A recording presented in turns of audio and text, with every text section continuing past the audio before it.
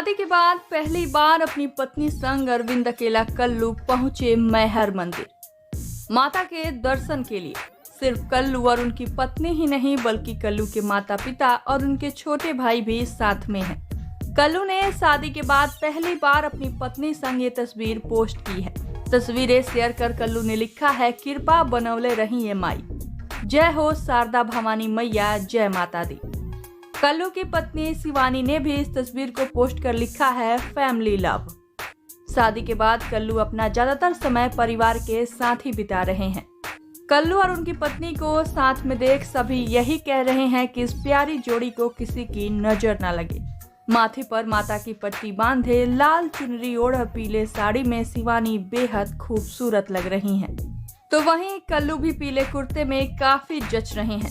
नवविवाहित ये जोड़ा बहुत प्यारा है। दोनों के चेहरे की मुस्कान ये बयां कर रही है कि दोनों साथ में कितने खुश हैं।